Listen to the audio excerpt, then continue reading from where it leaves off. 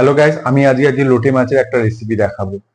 তোমরা তো বাড়িতে লোটে মাছ করতে গিয়ে লোটে মাছগুলো দেখা যাচ্ছে অনেক সময় ভেঙে যায়, কিন্তু এইভাবে করে দেখবে, দেখবে একটা মাছও ভাঙবে না, সব গোটা গোটা থাকবে। আসো দেখে নেওয়া যাক কিভাবে আমি রেসিপিটা করছি।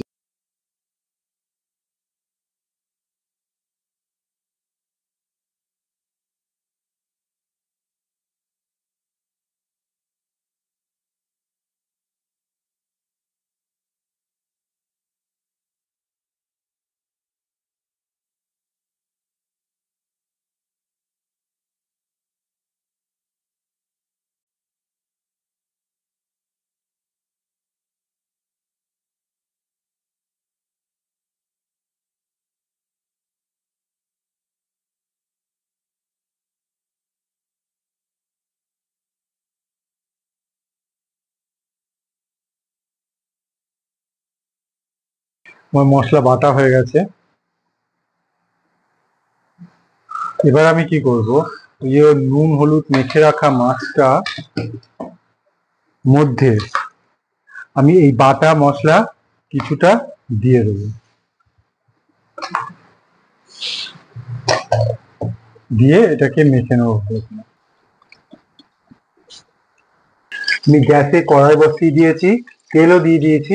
এবার তেলটা গরম হোক, আর আমি এদিকে একটা প্লেটের মধ্যে আটা নিয়ে নিয়েছি। এর মধ্যে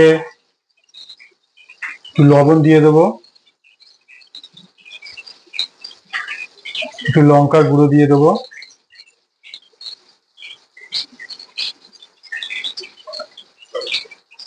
দিয়ে এটাকে একটু মেখে নেবো। এই একটা একটা মাছ এই আটার মধ্যে ভালো করে মাখিয়ে নেব এইভাবে।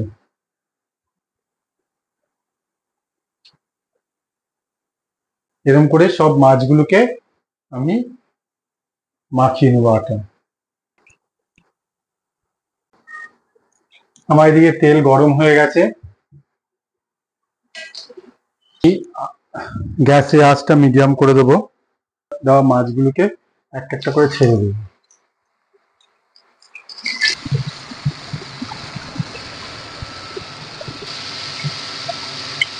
আমি এই করে মাছ, সব কটা মাছ এভাবে আমি ভেজে নেবো।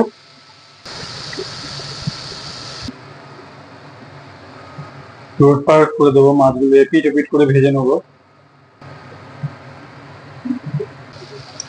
এবার আমি একটা একটা করে মাছ নামিয়ে ফেলবো।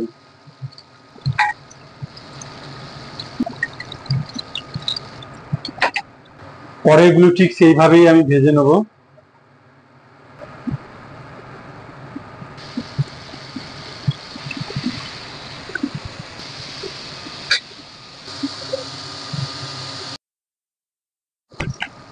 দেখুন এগুলো হয়ে গেছে, এবার এটা নামিয়ে ফেলবো। পরে মাছগুলো দিয়ে দেবো।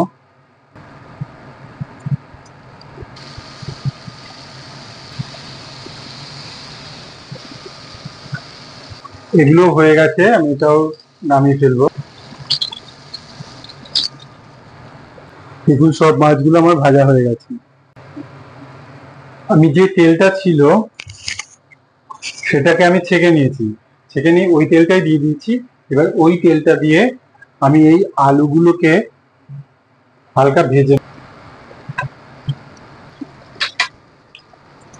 লবণ দিয়ে দেবো। এবার এগুলোকে ভেজে ভেজে আলুগুলো আমার ভাজা হয়ে গেছে। এবার এগুলোকে আমি নামিয়ে ফেলবো।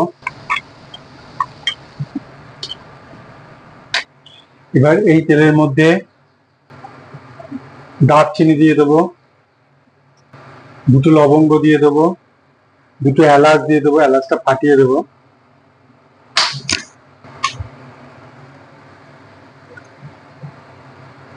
পেঁয়াজ দিয়ে দেবো, পেঁয়াজ কুচিয়ে রেখেছিলাম সেগুলো দিয়ে দেবো।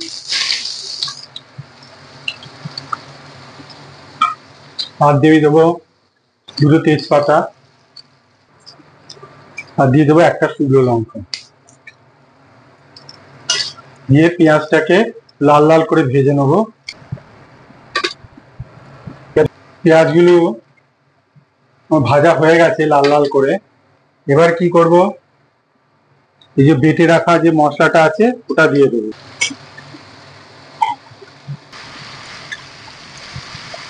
বেটে রাখা মশলাটা দিয়ে একটু কষিয়ে নেব। এবার এর মধ্যে দিয়ে দেবো লঙ্কার গুঁড়ো, একটু ধনে গুঁড়ো, একটু জিরে গুঁড়ো, আর দিয়ে দেবো পরিমাণ মতো হলুদ। লবণ তো আমরা ভাজাতেও দিয়েছি, এর জন্য আমি পরিমাণ মতো লবণ দিয়ে দেবো। দিয়ে মশলাটাকে একটু ভালো করে 5-7 মিনিট ধরে কষিয়ে নিতে হবে। যখন দেখবেন এই মশলার গা থেকে তেলটা ছেড়েছে আর একটা গন্ধও বেরোবে, তখন ভাববেন যে মশলাটা কষানো হয়ে গেছে। এবার আমি যে মশলাটা বেটেছিলাম সেটার জলটা ধুয়ে এর মধ্যে দিয়ে দেবো।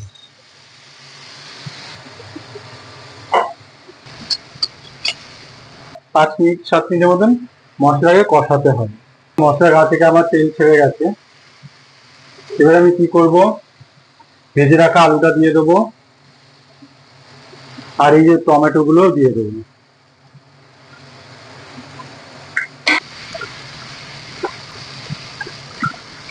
আলু আর টমেটোটা একটু ভালো করে কষিয়ে নেব। কষানো হয়ে গেলে এটাতে জল দিয়ে দেবো।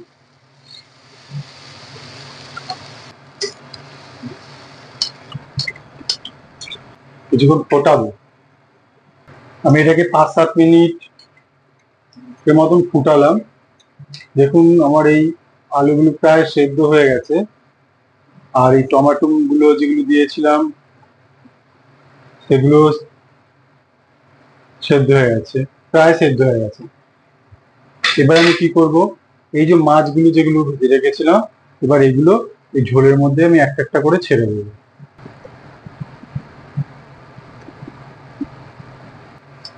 একটু নাড়িয়ে দেবো। মাছটাকে দিয়ে আমি এই 5-7 মিনিট মতন আবার এটাকে ফোটাবো। 10 মিনিট হয়ে গেছে আর আমার এটা রেডিও হয়ে গেছে। এটা নামানোর আগে আমি কি করব, এর উপর দিয়ে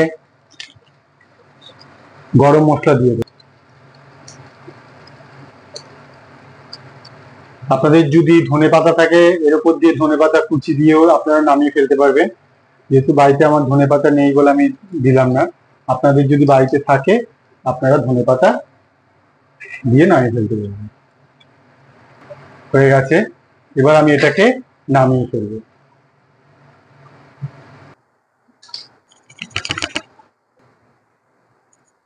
আপনারা তো লোটে মাছ অনেক রকম ভাবে রান্না করেছেন, আমি আজকে যেভাবে আপনাদের দেখালাম আপনারা এইভাবে রান্না করে দেখবেন, যে খুবই টেস্টি হবে এবং মাছ একটাও ভাঙবে না। রান্না করতে গেলে দেখা যাবে যে লোটে মাছগুলো ভেঙে যাচ্ছে, কিন্তু আমার এইভাবে করলে আপনি দেখবেন প্রত্যেকটা মাছ গোটা গোটাই থাকবে, কোনো মাছই ভাঙবে না। আর আমার রেসিপি যদি ভালো লাগে এটাকে শেয়ার করে দেবেন, সবাইকে দেখার সুযোগ করে দেবেন, ভালো ভালো কমেন্ট করবেন। আমি আবার নেক্সট রেসিপি নিয়ে আপনাদের সামনে হাজির হয়ে যাব।